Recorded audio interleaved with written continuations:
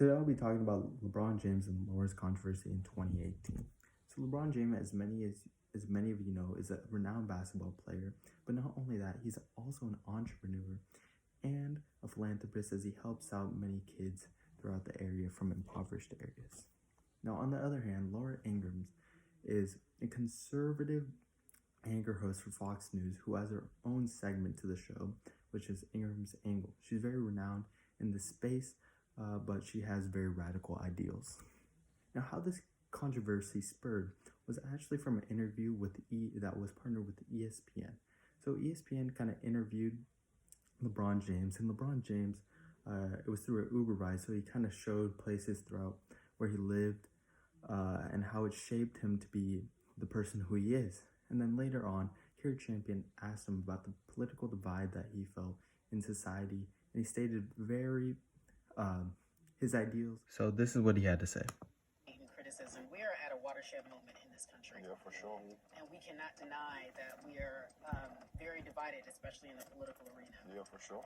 Warriors said, if we had an invite, we're not going to the White House. LeBron, you called the president a bum. Yeah, straight up. How do you describe the climate for an athlete with a platform nowadays that want to talk about what's happening in our world? Well, the climate is hot.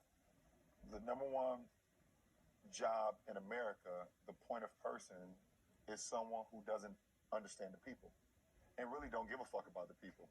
When I was growing up, there were like 3 jobs that you look for inspiration or you felt like these were the people that could give me life. It was the president of the United States, it was whoever was the best in sports, and then it was like the greatest musician at the time. You never thought you could be them, but you can grab inspiration from. I feel like I could be, it was a neighborhood African-American cop and he was cool as hell, come around. I feel like I could be him. I could be him, but I never felt I could be the president of the United States, but I grabbed inspiration from that. And this time right now, with the president of the United States, it's at a bad time. And while we cannot change what comes out of that man's mouth, we can continue to alert the people that watch us, that listen to us, as this is not the way. When we're talking about leadership and what's going on in our country, it's all about leadership. And I learned that playing basketball. I learned a lot of life skills from playing basketball. You need to empower people. You need to, encourage people. And that's what builds a great team. And I feel like our team as a country is not ran by a great coach. It's not even a surprise when he says something. It's not even a surprise. It's like laughable. It's like, it's laughable. It's laughable and it's scary. But it's also scary because right. it shouldn't be numb to So the first thing was the emotive language that he used to kind of prosper his argument. He used words like climate and hot to really show the depth in which he thinks that our whole political system is in a dangerous spot. He then uses an allusion to his childhood to kind of create an archetype for what the president should be. And then he shatters that archetype by saying that President Donald Trump does not really fit that, which kind of goes right into the next point of pinpointing the enemy. He states that the number one person really does not give a fuck about the people. This anger in pinpointing the enemy is a great job in kind of showing us his stance. And lastly, at the end, he has a call to action. He says he must stand and he must, keep on spreading his ideas. Their ideas continue to be voiced throughout the interview, as Kevin Durant kind of states an anecdote and a simile about the coach of the United States being Donald Trump and how he believes that our growth is being stagnant because our coach is not doing a great job, as he reflects that to basketball. If a basketball team has a poor coach, their ability to win games is a lot lower. They then use a glittering generality, which is when they talk about the laughing is laughable, but it's also dangerous. That aspect of it kind of shows that appearance versus reality, showing how it's kind of laughable, it's comicable, how poorly Trump is in his administration, but it's kind of dangerous at the same time. And then at the end, they kind of bring in this racism motif, how they've already been numb to how Donald Trump acts and the things that he says that are racist. Therefore, my thesis is, during a volatile political climate, Laura Ingraham uses LeBron James' profile of an African-American athlete to attack his identity / role in society, creating a sense of divisiveness within the American people. Furthermore, LeBron uses his image to respond to Ingram's criticism, thus instilling the idea of necessary change within his audience. And we use a lens of language and power, media, and stereotypes. These are Ingram's thoughts regarding LeBron James's remarks. A new banner. This is a Jump Doc alert. NBA superstar LeBron James is talking politics again. I know you guys are excited to see her. I didn't know you guys would be excited to see me too, but thank you. As much as you guys would love to hear from me, I would much rather love to hear from our next president, Miss Hillary Clinton. Now a historic moment. We can now project the winner of the presidential race. CNN projects Donald Trump wins the presidency. And this time it's R-rated.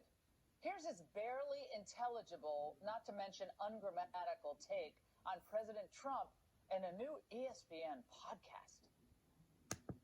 But wait, there's more gripping insight. ESPN host Kerry Champion asked James and fellow NBA star Kevin Durant about what she described as Trump's racist comments. I'm numb to this commentary, like, must they run their mouths like that? Unfortunately, a lot of kids and some adults take these ignorant comments seriously. Look, there might be a cautionary lesson in LeBron for kids. This is what happens when you attempt to leave high school a year early to join the NBA. And it's always unwise to seek political advice from someone who gets paid $100 million a year to bounce a ball. Oh, and LeBron and Kevin, you're great players, but no one voted for you. Millions elected Trump to be their coach. So keep the political commentary to yourself, or as someone once said, shut up and dribble. We'll be right back. Right. I'm still trying to get over the fact that Kevin Durant said, I feel like our country is not ran by a great coach. Does that mean I should go for a ran tomorrow morning before my radio show? There are many things to point out between Ingram's ideas, but a couple things that I want to point out were the specific video effects that happened at the beginning. These video effects showed Hillary Clinton losing and LeBron James supporting her. This kind of so-called clowns him in a sense, as he kind of has a lessened amount of credibility right off the bat. The headlines throughout the whole video show, degrading, I would say, LeBron James and his credibility. The linguisticism that she states that they sound like they have poor education. This kind of degrades and brings down his argument due to the lessened credibility.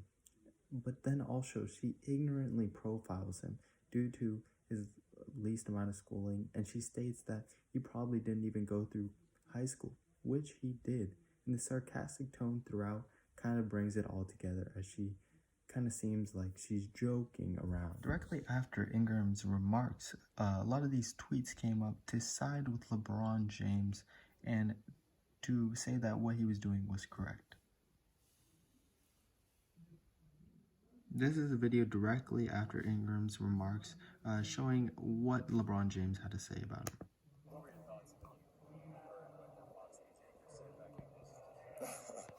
I actually laughed first when I first saw the reports, and then I watched the video and I saw exactly how it was put off.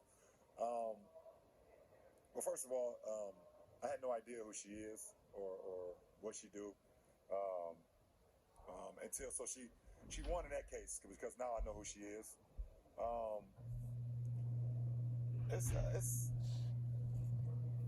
for her to go up there and say what she said. First of all, I mean, I would have had a little bit more respect for her if she would have actually wrote those words. She probably said it right off the teleprompter. But that's okay. We live in we're back to everything I've been talking about over the last few years. So it lets me know that, everything I've been saying is correct. For her to have that type of reaction, Um, but we will definitely not shut up and dribble. I would definitely not do that. I mean too much to society. I mean too much to the youth. I mean too much to the to so many kids that feel like they don't have a way out, and they need someone to help lead them out of the situation they're in. Also, wish you would have did a little bit more fact checking, because I actually did finish high school and didn't leave early. I graduated high school. Some of the techniques that LeBron James uses to refute Ingram's claim include the repetition at the beginning, meaning that he means too much to the city and to society to stop going for what he believes in. He then also starts refuting the credibility of Ingram, as he says that she just kind of wants bandwagon effect, and she just wants publicity to her name. And lastly, has a call to action that states that he believed that everyone should still stand and, not just shut up and dribble, as she stated. This is what Ingram had to say regarding LeBron James's remarks. All the left and the media attack dogs can dish it out, can't they? But they sure can't take it. I called those remarks barely intelligible, not to mention ungrammatical. And last night, which is difficult to dispute, and the left erupted. Slate's piece was titled, "In Insulting LeBron James, Laura Ingram proves James' point about racism." Oh, okay. It accused me of, quote, something vile and racist. Almost I'm an equal opportunity critic when it comes to left-wing celebrities, sounding off on topics of which they know precious little. And as you can see, race has nothing to do with it. Joining me now to discuss are Nigel Rennis, only known me for 20-something years, national spokesperson for the Congress of Racial Equality, and Burgess Owens, a retired NFL star. Good to have you both on. All right. Wow. Well, maybe he was having fun, but I guess, is that what? Addicted to the F-bomb, huh? Well, there's a couple F-bombs. There's the S-bomb, and, he was having fun, but, come on. I mean, it's just, he's like a clown. As a response to the call to action that LeBron James tried to enact, she kind of downplays his tone at the very beginning of this clip, showing that, what he has to say is not as valid as what she has to say at the very beginning. But then, at the same time, she kind of creates herself as an ethos. She creates the ethos that's saying she's an opportunistic critic, which is not exactly true. She then, later on, uses a scapegoat in the sense of the two black males, that one being an NFL player, and they both stated that it was not his place to be. And the scapegoat kind of disalludes to what exactly the message was that LeBron James was trying to share. And lastly, at the end, the mockery kind of shuns his message in a whole sense, and kind of takes out the validity of his argument, because they said, wow, addicted to the F word.